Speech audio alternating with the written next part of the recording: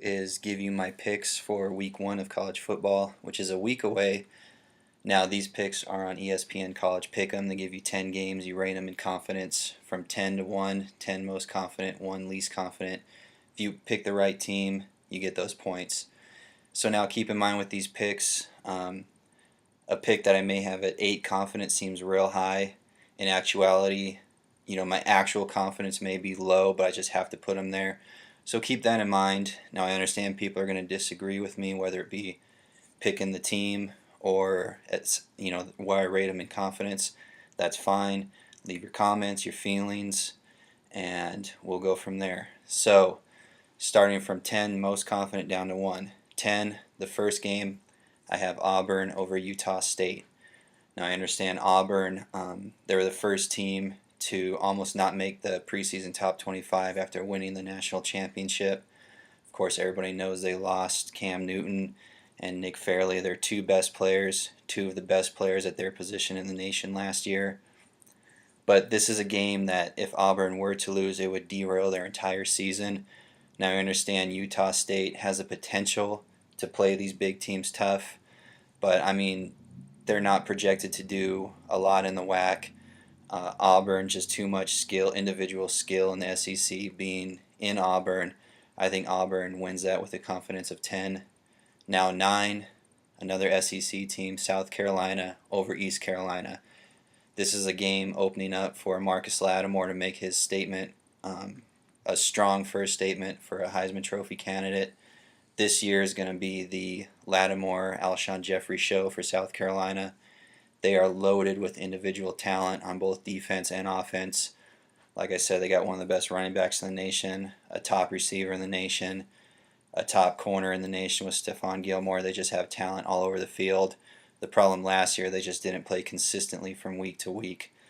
But I think, and East Carolina, another one of those teams who has the potential to knock off a big team, but I think South Carolina is just way too much for them. Now, next, with the confidence of 8, I have Michigan over Western Michigan in the Big House. This is the first year Michigan running the West Coast style offense from last year, the spread with Denard Robinson. So we'll have to see what Michigan does in that new system with those players who were brought in to fit the spread. Now they have to adjust to the West Coast system. We'll see how Denard Robinson does, trying to be a passer first. They still have some plays, I'm sure, in the playbook specifically for Robinson to use his legs. But I still think that offense has enough firepower to roll up the yards and the points and beat Western Michigan at home pretty significantly. So I got Michigan, that Denard Robinson with an 8. Now with the confidence of 7, I have USC over Minnesota. USC at home just has too much talent top to bottom individually. I understand last year was a relatively close game. Minnesota, a team a lot of people think the next couple of years could be on the rise. They do have a respectable defense. But USC, all Barkley has to do is manage the game. Don't try to do too much. Get it in the hands of your skill playmakers. They have a top young receiver, Robert Woods, who is excellent in creating open spaces, getting yards after catch. So I think USC wins. Maybe not as big as some people think, but with a confidence of 7.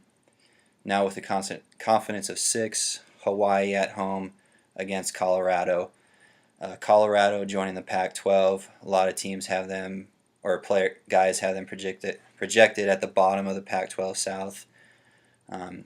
They play 13 games this year.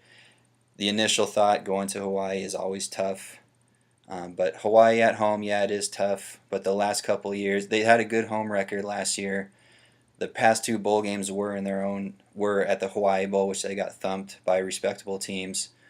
Colorado was a team on the rise late last year. They played a lot better than they did at the beginning of the year. They did have good wins against Georgia, fortunately, and Kansas State. Hawaii's not returning that many offensive starters, but Colorado's losing one of the best corner tandems from 2010 in Jaleel Brown and Jimmy Smith. So I think just the firepower. Hawaii is a system program.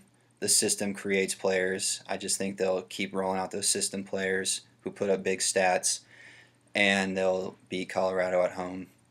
Now the tougher games, confidence of 5. I'm going with BYU over Ole Miss. Now I know the SEC with the speed, that's your initial thought. But with BYU, this is their first year as an independent. They need to start out strong. They do have a tough schedule. And I know they're not from in the Mountain West anymore, but they're fresh from the Mountain West. Mountain West always plays the SEC tough. They have a potent offense. They're one of the more impressive teams the second half of 2010.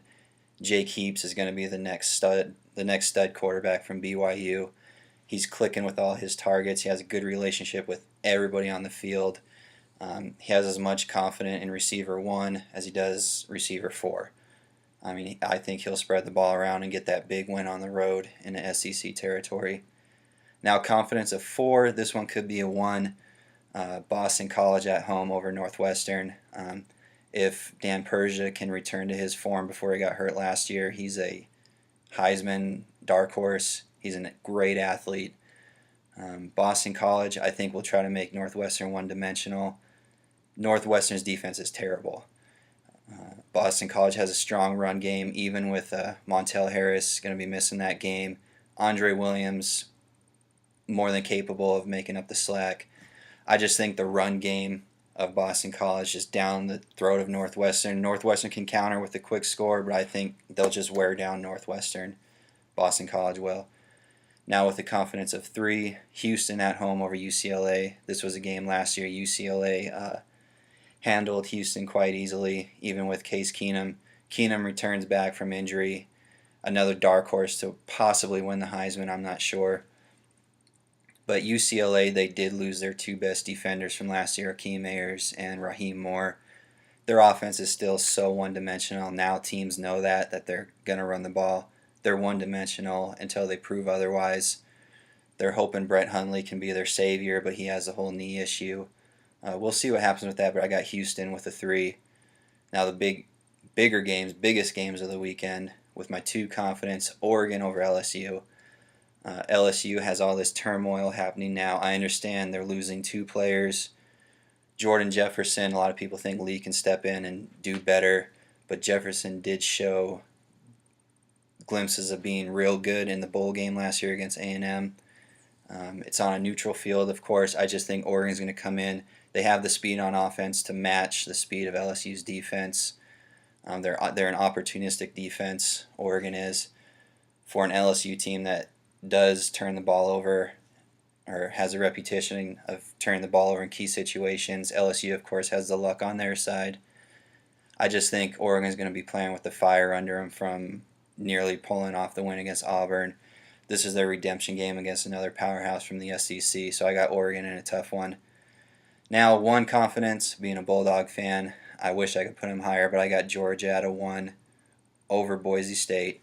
Now, I talked about this in my season preview of the Bulldogs.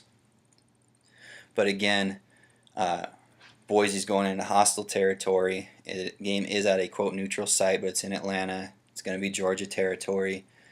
Kellen Moore loses his 2 top weapons, Titus Young, Austin Pettis, but he's the type of quarterback who can make another star receiver with his abilities. Hopefully the Georgia defense, second year running the 3-4, can keep him in check, make him check down, keep everything underneath them, and I think Georgia can pull out a tough game at home.